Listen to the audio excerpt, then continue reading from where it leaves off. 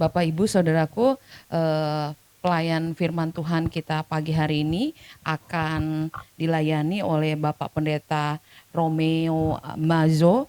Beliau ini adalah church planter dari GRII. Mari kita siapkan hati kita mau memuji Tuhan. Kita mau nyanyi Allah sumber kuatku.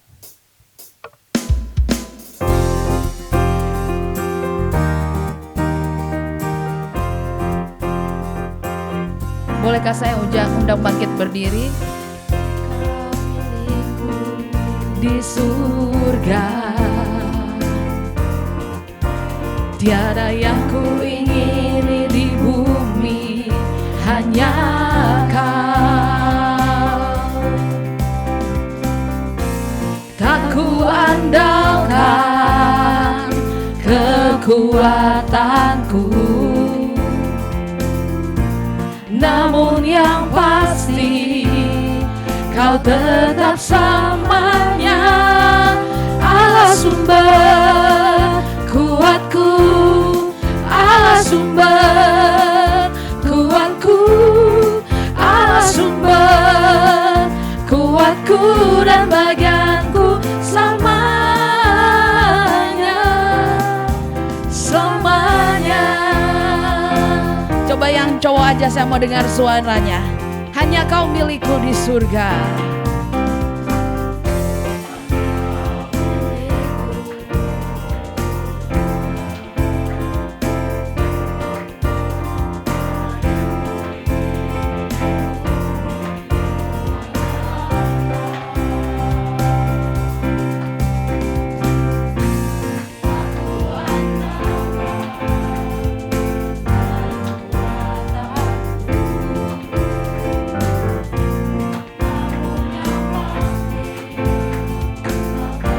Yang cewek jangan mau kalah. Hanya Kau milikku, hanya Kau milikku di surga. Tiada yang ku ingini di bumi, hanya Kau. Tak ku andalkan kekuatanku, yang pasti Kau tetap sama-sama. Allah sumber, Allah sumber kuatku, Allah sumber kuatku, Allah sumber kuatku dan bagianku sama. Allah sumber kuat kita, Allah sumber kuatku, Allah sumber kuatku, Allah sumber kuatku dan bagianku sama. Lagi Allah sumber, Allah sumber kuatku, Allah sumber kuatku, Allah sumber kuatku dan bagianku sama.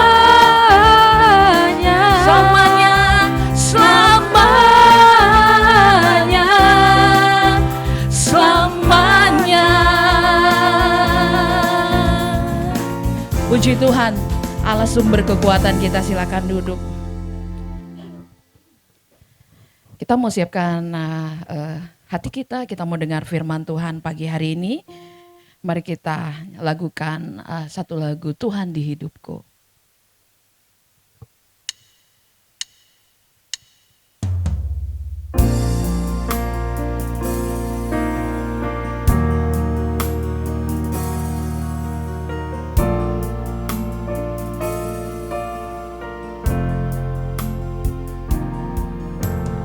Di telapak tangan-Mu tertulis namaku, di dalam genggaman-Mu seluruh hidupku.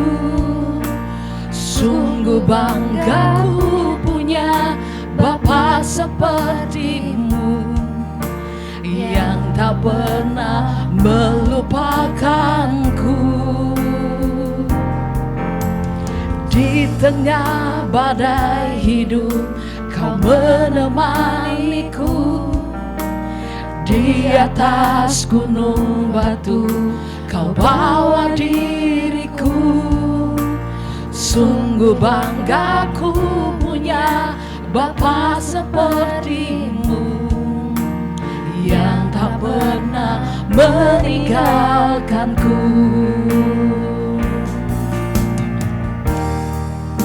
Tuhan di hidupku, Tuhan di setiap ucapan dan perbuatanku.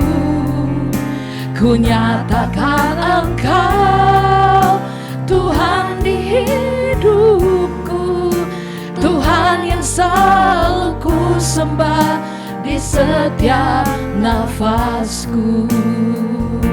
Dari awal katakan, di telapak tangan-Mu Tuhan, di telapak tangan-Mu tertulis namaku.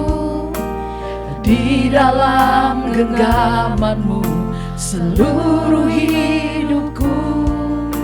Sungguh bangga ku punya Bapa seperti-Mu, yang tak pernah melupakanku. Di tengah badai hidup Kau menemaniku.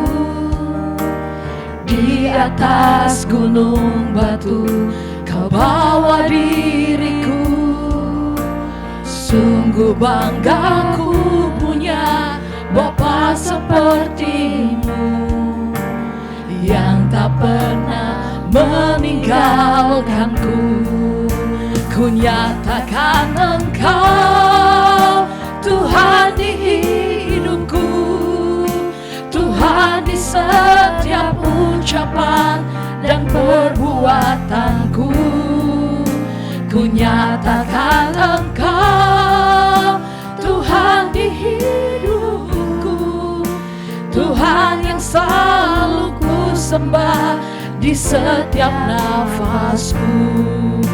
Tuhan yang selalu ku sembah di setiap nafasku. Tuhan yang selalu ku sembah di setiap nafasku. Saya serahkan kepada Bapak Pendeta Romeo Mazo. Beliau church planter dari GRII. Silakan Pak Pendeta. Selamat pagi saudara-saudara yang saya kasihi di dalam Tuhan.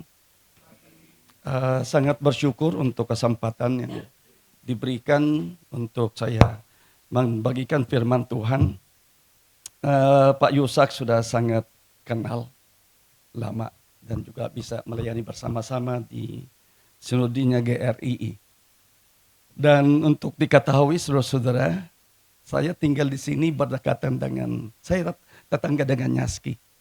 Ya, saya tinggal di Taman Ubud. Dan kami sudah di sana sudah 25 tahun. Hampir setiap hari saya lewat di sini. Dan baru pertama kali saya bisa mampir di tempat ini. Dan ada kesempatan juga mengenal Pak Samuel. Ya. Jadinya sangat bersyukur untuk kesempatan yang diberikan dan membahas mengenai satu tema yang diberikan kepada saya.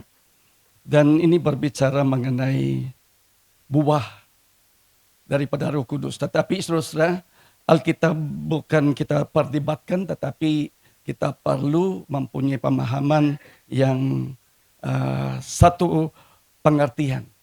Saudara, sebelum kita membahas mengenai buah, buah itu tergantung kepada benih dengan akar. Tidak mungkin ada buahnya tanpa ada yang namanya benih ataupun akarnya. Sebelumnya mari kita berdoa. Ya Tuhan, kami berterima kasih, kami bersyukur kesempatan yang Tuhan berikan bagi hamba-Mu bisa bersama-sama dengan saudara-saudara yang melayani bersama-sama di dalam kerajaan Tuhan.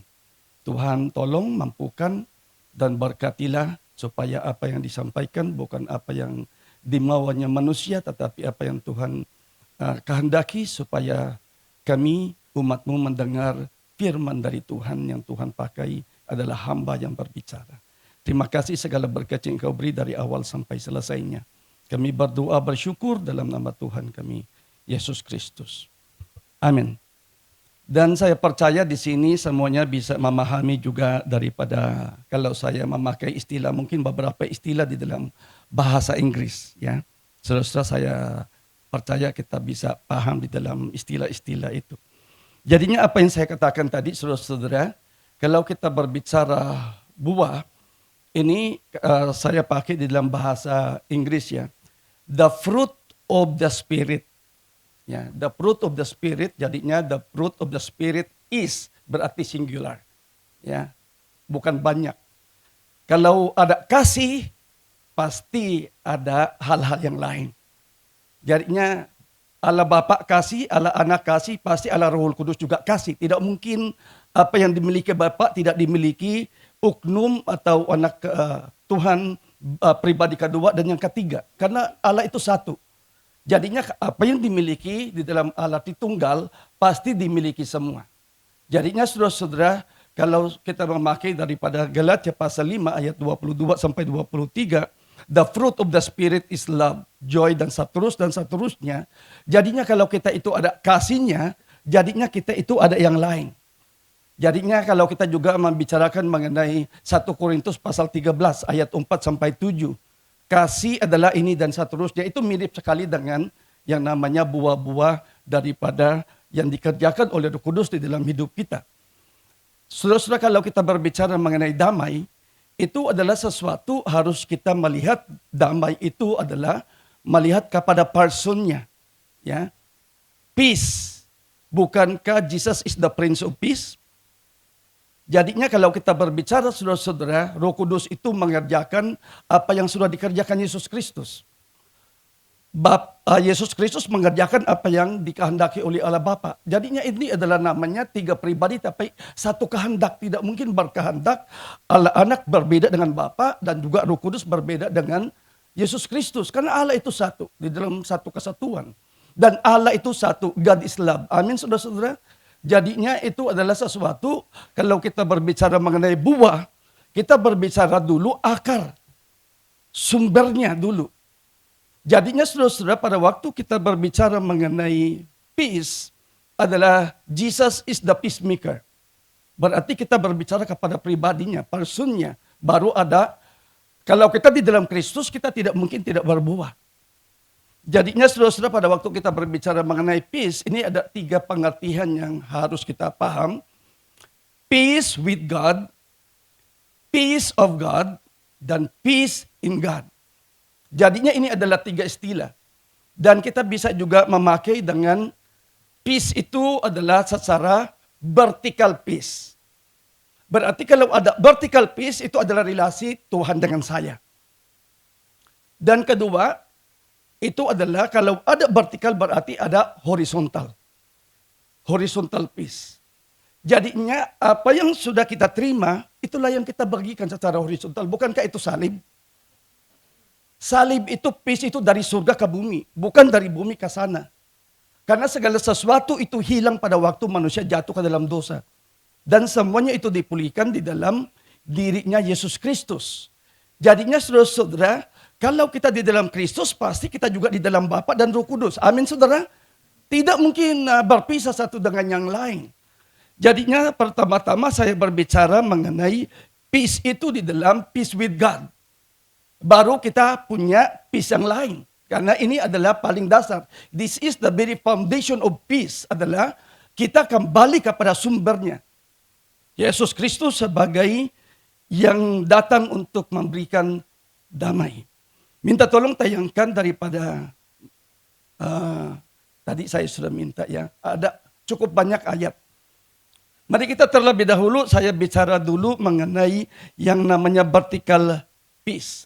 Vertical peace juga bisa dimengerti dengan inner peace. Ya, kalau vertical peace itu bisa juga inner peace. Kalau nanti horizontal peace itu yang namanya outer. Jadinya yang kita terima itu yang kita bagikan. Ya, nanti kita akan melihat cukup banyak ayat. Saudara-saudara, mari kita membaca. Ini adalah daripada Roma pasal 5 ayat 1. Mari membaca bersama 1, 2, iya. Sebab itu kita yang dibenarkan karena iman, kita hidup dalam damai sejahtera dengan Allah oleh karena Tuhan kita Yesus Kristus. Tidak ada damai tanpa ada apa yang dikerjakan. Karena Yesus Kristus datang untuk apa? Yang hilang daripada manusia dia kembalikan. Jadinya saudara-saudara, saya membawa dulu daripada pengertian mengenai yang namanya peace with God, itu adalah doktrin daripada keselamatan. Saudara-saudara, kalau memahami dalam bahasa Inggris, peace atau dipakai dengan istilah lain secara teologisnya adalah reconciliation. Reconciliation itu adalah peace with God. Jadinya saudara-saudara, ada 4 istilah yang kita bisa pahami di dalam doktrin keselamatan. Karena saya ulangi, kita berbicara dulu doktrin keselamatan baru ada buahnya. Tidak mungkin ada buah tanpa ada keselamatannya. Saudara-saudara, karena keselamatan itu membawa buah. Jadinya yang penting adalah reconciliation, kita dipulihkan kembali, reconcile. Ada 4 istilah kalau kita berbicara di dalam doktrin keselamatan, mungkin yang sudah belajar di sekolah Alkitab, yang mungkin saudara-saudara pernah mendengar ya, kalau saudara-saudara menyelidiki daripada istilah-istilah atau terminologi daripada keselamatan. Yang pertama itu adalah propitiation. Propitiation itu adalah propisiasi. Itu yang dikerjakan Yesus Kristus di atas kayu salib. Yang kedua adalah expiation. Ya, itu juga expiasi. Yang ketiga adalah rekonsiliasi. Yang keempat adalah redemption. Berarti propitiation, expiation, reconciliation, dan redemption. Ini ada 4 istilah yang berbeda tetapi mempunyai makna yang sama. Itu yang dikerjakan Yesus Kristus di atas kayu salib. Itu yang kita baru baca tadi. Roma 5 ayatnya yang pertama. Jadinya saudara-saudara, kalau kita berbicara dengan yang namanya damai, kita itu pasif, kita itu didamaikan daripada sumber damai, yaitu adalah Yesus Kristus. Karena dulunya kita itu adalah memusuhi Tuhan. Tuhan tidak pernah memusuhi manusia. Manusialah yang memusuhi Tuhan. Jadinya kalau dibilang peace with God, kita didamaikan. Didamaikan apa? Karena kita dulu memusuhi Tuhan. Artinya memusuhi Tuhan itu kita tidak taat kepada Tuhan. Siapa yang di dalam Adam diturunkan, diwariskan semua dosa. Jadinya kita di dalam Adam, Adam pertama. Jadinya kegagalan Adam pertama itu dipulihkan di dalam Adam kedua. Dan terakhir itu adalah Yesus Kristus. Siapa yang di dalam Adam pertama semuanya orang berdosa. Siapa yang di dalam Yesus Kristus itu dibenarkan. Jadinya saudara-saudara, tidak semua yang di dalam Kristus adalah dibenarkan. Tadi seperti Roma 5 ayat 1. Minta tolong tayangkan lagi supaya kita lebih memahami. Coba ditayangkan lagi Roma 5 ayat 1. Dibenarkan di dalam karena iman. Karena semua orang tidak beriman, saudara-saudara. Semua orang percaya, tetapi yang percaya belum tentu beriman. Tetapi kalau saudara beriman, pasti orang percaya. Ya, oke. Sebab itu, kita yang dibenarkan karena iman, kita hidup dalam damai sejahtera dengan Allah oleh karena Tuhan kita Yesus Kristus. Jadinya Adam pertama kegagalan. Semuanya orang berdosa. Siapa yang di dalam Kristus itu adalah Adam yang kedua. Ya, berarti siapa yang di dalam Kristus semuanya itu dibenarkan. Berarti kalau kita dibenarkan, kita dulunya tidak benar. Dibenarkan berarti pasif. Jadinya saudara-saudara, ini yang sering saya katakan. Semua orang ciptaan Tuhan. Tetapi tidak semua orang adalah anak Tuhan. Saya ulangi kalimat ini saudara-saudara. Semua manusia ciptaan Tuhan. Tetapi tidak semua ciptaan Tuhan adalah anak Tuhan. Jadinya ini yang kita berbicara saudara-saudara. Mengenai siapa yang mendapatkan damai itu adalah yang di dalam Kristus. Yang namanya kegagalan Adam. Itu yang dikerjakan Yesus Kristus di atas kayu salib. Ini bukan PA ya, cuman mungkin saya tidak mau begitu panjang karena saya diberikan 30 menit. Ya, kalau lebih-lebih sedikit boleh kan ya. Jadinya saudara-saudara itu yang pertama. Harus kita lihat dulu, vertikal dulu. Ya. Karena vertikal ini menjadi pondasi. Ini vertikal. Vertikal sudah perhatikan, ini vertikal tanpa horizontal, vertikal itu bisa berdiri. Tanpa horizontal. Tapi horizontal tanpa ditopang oleh vertikal tidak mungkin horizontal itu bisa berdiri sendiri. Jadinya itu Alkitab mengatakan kasihilah Allahmu baru bisa mengasihi sesama manusia. Amin, saudara-saudara. Segala sesuatu itu adalah sumbernya dari Tuhan. Bagaimana kita bisa mengasihi orang, bagaimana kita bisa berdamai dengan dengan orang kalau kita belum mendapatkan damai itu. Itu yang kita dapat dan itu yang kita bisa bagikan. Jadinya saudara saya namanya vertikal dengan horizontal. Vertikal bisa hidup, bisa berdiri tanpa horizontal. Horizontal tidak bisa berdiri tanpa ditopang oleh vertikal. Itu yang saya katakan, Tuhan bisa hidup tanpa manusia. Tapi manusia tidak mungkin hidup tanpa Tuhan. Jadinya saudara-saudara ini yang salah satu yang kita syukuri secara pengertian. Dan saya tidak mau terlalu lama saudara-saudara dengan renungan ini. Jadinya yang pertama vertikal. Baru kita bisa horizontal. Yang kita dapat itulah yang kita bagikan. Dan minta tolong Ibrani 12 ayat 14. Ini kita berbicara sekarang secara horizontal. Saudara yang membacanya supaya saya bisa bernapas sedikit. Oke, saudara membaca 1, 2, ya.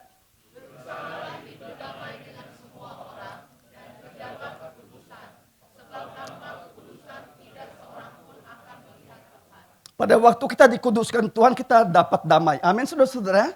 Ya. Dan saya bicara jujur ya. Karena kita di depan hadirat Tuhan.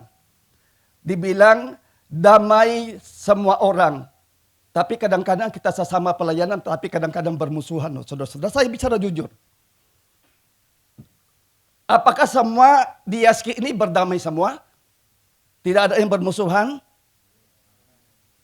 Oh, yang aminnya kencang berarti dia nggak ada musuh, tetapi yang diam-diam mungkin dia masih ada ganjalan di dalam hidupnya. Saudara-saudara, ini yang sering saya katakan kepada yang melayani. Di mana Tuhan bekerja, harus kita ingat iblis juga bekerja. Karena memang panggilannya Tuhan memberkati, tetapi panggilannya iblis itu mengacaukan. Saudara-saudara, di mana Tuhan bekerja, harus berjaga-jaga. Iblis itu mengganggu pelayanan. Jadinya saudara-saudara, ini yang dikatakan kita didamaikan dengan Allah dan itulah yang harus kita bawa kepada dunia yang membutuhkannya. Dan yang berikutnya saudara-saudara, betul-betul tanda anak Tuhan itu berdamai. Salah satu kesulitan kita sebagai orang Kristen mengampuni. Jangan bilang orang lain. Kalau sesama gereja aja kadang-kadang, saya sudah gembala sekian tahun saudara-saudara. Mungkin saudara-saudara kalau melihat saya, mungkin saudara berpikir saya bukan orang Filipina, bukan? Karena bahasa saya sudah sangat lancar. Saya orang Filipina sudah 31 tahun di Indonesia. Jadinya saudara-saudara saya melayani dari Filipina sampai ke Indonesia. Banyak jemaat gereja. Jangan bilang jemaat, sesama hamba Tuhan pun kadang-kadang bermusuh satu dengan yang lain. Saya bicara jujur saudara-saudara. Betul-betulkah kita di dalam mengerti yang namanya berdamai? Kita didamaikan dan membawa damai.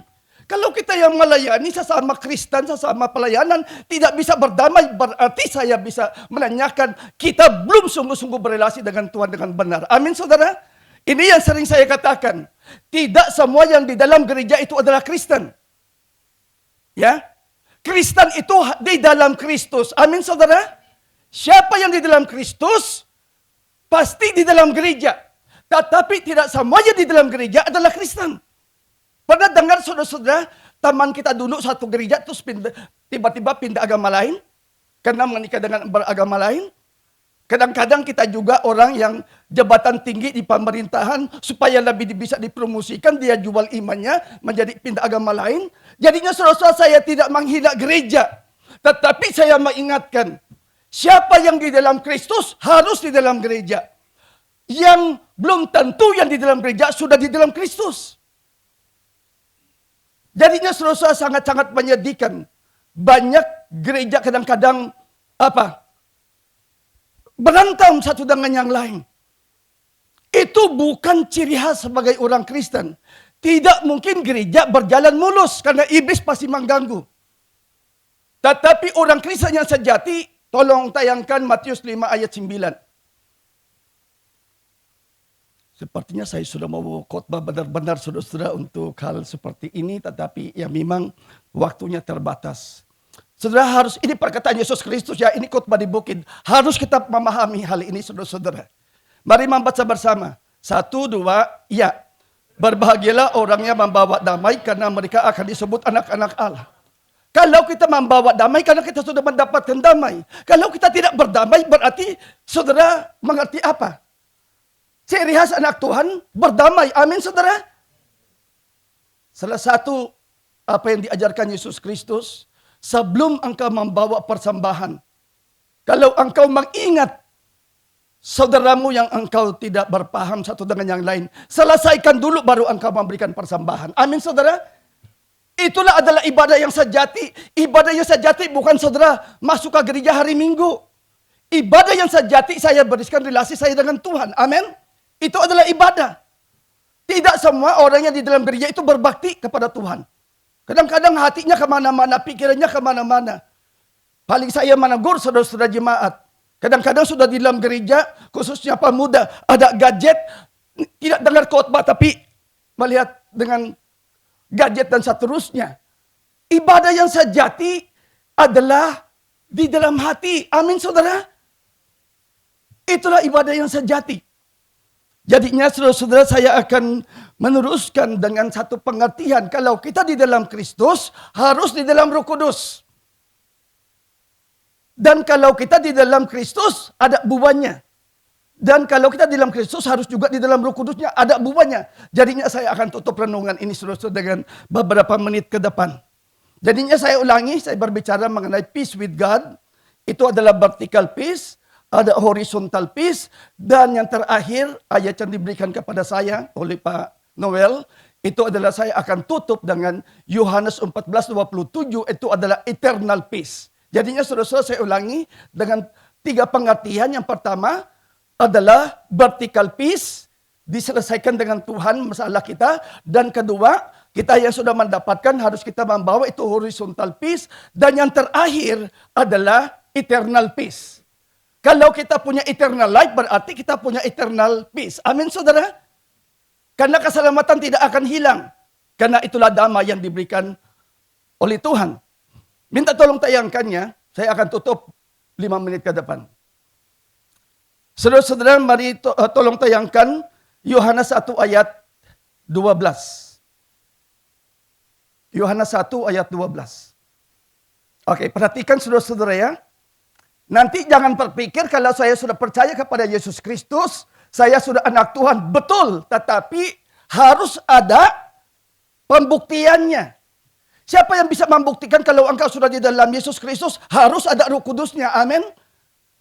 Masih mengingat pada waktu Yesus Kristus bertanya, menurut kamu siapakah aku ini? Banyak yang ikut Yesus Kristus tapi jawabannya macam-macam saudara-saudara. Membuktikan kita sudah di dalam Kristus harus ada Roh Kudusnya. Karena tidak ada yang menerima Yesus Kristus tanpa pekerjaan Roh Kudus. Saya ulangi, saudara-saudara. Yang mentobatkan kita adalah Roh Kudus, bukan? Karena Roh Kudus membawa kita kepada Yesus Kristus. Jadinya tidak ada seorang pun yang datang kepada Yesus Kristus tanpa Roh Kudus. Oke, saudara-saudara ini ya, membacanya saudara. Ini Yohanes 1 ayat 12. 1, 2, ya.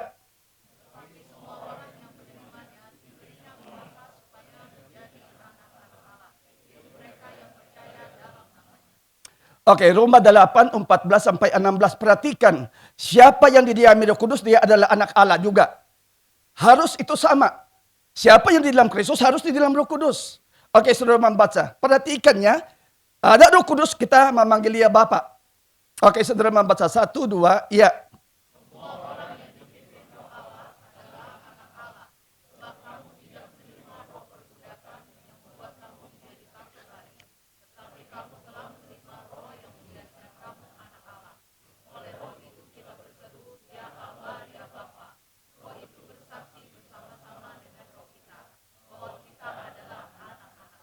Jadinya membuktikan kita sungguh-sungguh sudah di dalam Kristus, ada Roh Kudusnya. Tanpa Roh Kudus tidak mungkin kita menjadi anak Tuhan yang sejati. Jadinya saudara-saudara, kita di dalam Yesus, kita di dalam Roh Kudus, Saya berbicara kita anak Tuhan. Yang kedua, anak Tuhan buktinya harus ada buahnya. Untuk membuktikan Yesus sudah di dalam hati kita. Amin saudara. Buah-buah itu melihat, bukankah kita disebut Kristen? Kalau Kristen berarti ada Kristus. Amin. Bagaimana mungkin kita menyebut kita Kristen tanpa ada kehidupan Kristus? Dan satu hal sebelum kita masuk, karena ini sangat penting. Saudara-saudara, banyak orang mengatakan Tuhan itu juru selamat saya. Betul. Tetapi buktinya Yesus itu juru selamat kita kalau setiap hari kita mentuhankan Tuhan. Amin. Saya ulangi, ini sangat-sangat penting saudara-saudara. Jangan hanya mengatakan Tuhan juru selamat saya, tetapi saya hidup semaunya saya sendiri. Itu namanya kita belum mentuhankan Tuhan. Kalau kita mentuhankan Tuhan, kita menghidupi apa yang Tuhan mau, bukan apa yang kita mau. Amin, saudara-saudara. Yang lebih susah Tuhan menjadi juru selamat kita atau mentuhankan Tuhan setiap hari. Itu namanya pikul salib. Amin, saudara-saudara. Mengikuti apa yang Tuhan mau, itu namanya mentuhankan Tuhan. Berarti kalau saudara mengatakan Tuhan juru selamat saya, tetapi tidak mentuhankan Tuhan di dalam hidup kita, itu sama juga Yesus bukan juru selamat kita. Kalau Yesus juru selamat kita, artinya kita mentuhankan Tuhan. Amin, saudara. Oh, aminnya tambah melemah, saudara-saudara. Ini saya bicara jujur, jangan kita bicara dulu dengan buah. Karena buah ini tergantung relasi kita dengan Tuhan.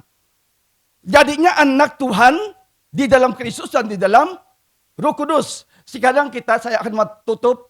Berarti siapa yang di dalam Kristus ada buahnya, harus juga di dalam Roh Kudus juga ada buahnya. Oke, minta tolong tayangkan di dalam Kristus ada buahnya. Itu tanda kita Kristen. Yohanes 15. Ayat 5, nanti loncat ke ayat 8. Perhatikan di situ, buah itu membuktikan kita murid. Orang percaya belum tentu murid. Yang murid itu adalah orang yang beriman. Ya, oke, saudara baca. 1, 2, ya.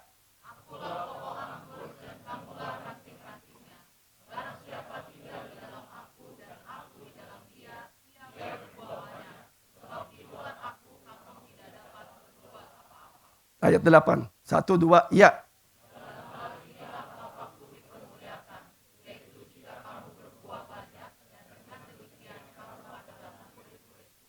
Siapa muridnya? Yang berbuah. Masih ingat pasal 15 ini berbicara pokok anggur, bukan? Yang tidak berbuah dipotong dan dibuang, bukan saudara-saudara? Buktinya kita Kristen ada buah-buah di dalam hati kita. Betul nggak kita tambah lama kata-kata kita mencerminkan Kristus? Dengan perbuatan kita, betul nggak Yesus dilihat dalam hidup kita? Karena kita menghidupi Kristus. Amin, saudara. Siapa 2 Korintus pasal 5 ayat 17.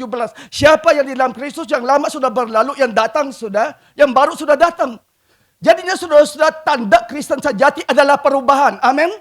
Kalau tidak ada perubahan, itu namanya hanya semacam ke gereja. Karena bukti kita Kristen adalah ada buahnya. Buah itu merubah kita.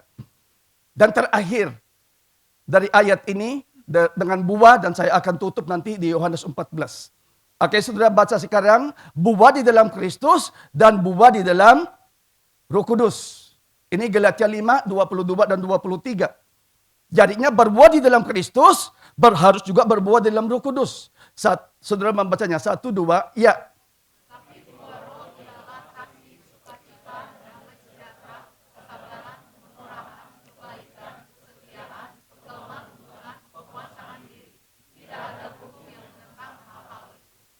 Amin. Dan saudara-saudara, sebelum kita mengakhiri ayat Yohanes 14 ayat 27, memang orang Kristen tidak mungkin sempurna. Tidak pernah orang Kristen sempurna. Tapi perhatikan, apa yang Tuhan kerjakan untuk orang berdosa seperti kita itu sempurna. Apa yang Tuhan kerjakan buat kita itu sempurna. Tetapi apa yang kita lakukan untuk Tuhan tidak mungkin mencapai kesempurnaan. Tetapi saudara perhatikan gambar ini. Pada waktu kita lahir baru ini titiknya yang pertama. Karena kita yang mati dihidupkan. Hidup untuk Tuhan. Jadinya kita naik. Terus lihat Pak Yusak. Pak Yusak pernah ada yang kecewa kepada Bapak. Ya pastilah. Ya. Ini titiknya kita naik. Terus nanti kekecewaan tiba kepada siapa? Turun. Tetapi nanti dikuatkan balik lagi. Nanti turun lagi. Nanti dihibur lagi, naik lagi. Tetapi sudah perhatikan dari lahir baru, grafiknya ke atas, bukan? Tetapi ada nggak yang titiknya ini lahir baru, naik, turun, naik, turun. Itu namanya, kalau yang satu tadi itu ke surga, yang ini namanya ke neraka, saudara-saudara. Karena ke bawah. Tidak mungkin ada orang Kristen sempurna. Tetapi orang Kristen tandanya dia sudah di dalam Kristus karena berubah. Amin. Arah kita itu sudah benar ke surga. Amin, saudara-saudara. Arah kita itu sudah benar. Tetapi jatuh bangun. Siapa orang Kristen yang tidak pernah jatuh? Tidak mungkin tidak. Tetapi lebih banyak bangunnya daripada jatuhnya. Dan kita tutup, saudara-saudara. Ini adalah damai eternal peace. Yang Tuhan janjikan. Di bumi, nanti dia datang kedua kalinya. Itu adalah damai selama-lamanya. Tolong tayangkan Yohanes 14:27. Ini adalah dua ayat yang diberikan kepada saya, Galatia 5 dengan ayat yang ini. Ini saya bisa kategorikan eternal peace. Damai itu tidak bisa diambil oleh siapapun. Karena itu pemberian daripada Tuhan. Saudara-saudara, mari membaca ayat ini. 1, 2, iya. Damai sejahtera aku tinggalkan bagimu. Damai sejahtera aku berikan kepadamu. Dan apa yang kuberikan tidak seperti yang diberikan oleh dunia kepadamu. Janganlah gelisah dan gentar hatimu. Eternal life itu ada sama dengan eternal peace. Yang Tuhan janjikan, apalagi ini belum lama kerusuhan. Memang dunia ini seperti ini. Tetapi di tengah-tengah yang tidak ada kepastian, ada damai orang Kristen. Amin, saudara-saudara. Karena Yesus Kristus. Mari kita menutup di dalam doa. Tuhan, terima kasih atas firman-Mu yang menguatkan kami, mengingatkan kami, mengarahkan hidup kami supaya kami menjadi hamba-hamba yang tambah layak dipakai oleh Tuhan. Berkatilah Yaski pimpinannya dan saudara kami juga yang bekerja baik di tempat ini yang bersama-sama dengan kami maupun yang di online, di berbagai daerah atau di berbagai tempat. Berkatilah kami semua ya Tuhan supaya nama-Mu yang ditinggikan dan dipermuliakan selama-lamanya. Inilah doa kami dalam nama Tuhan kami Yesus Kristus. Amin. Saya serahkan kepada MC. Terima kasih untuk kesempatan yang diberikan.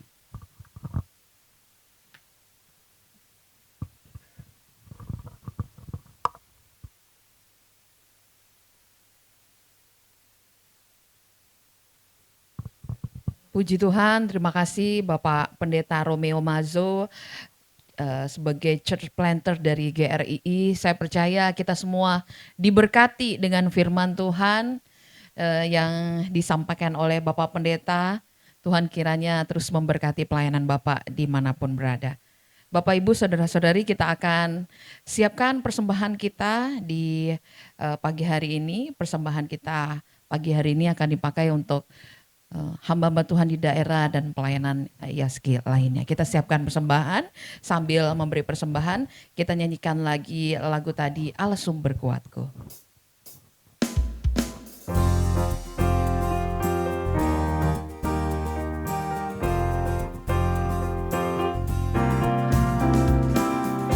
Hanya Kau milikku di surga, tiada yang ku ingini di bumi, hanya Kau. Tak ku andalkan kekuatanku, namun yang pasti Kau tetap sama.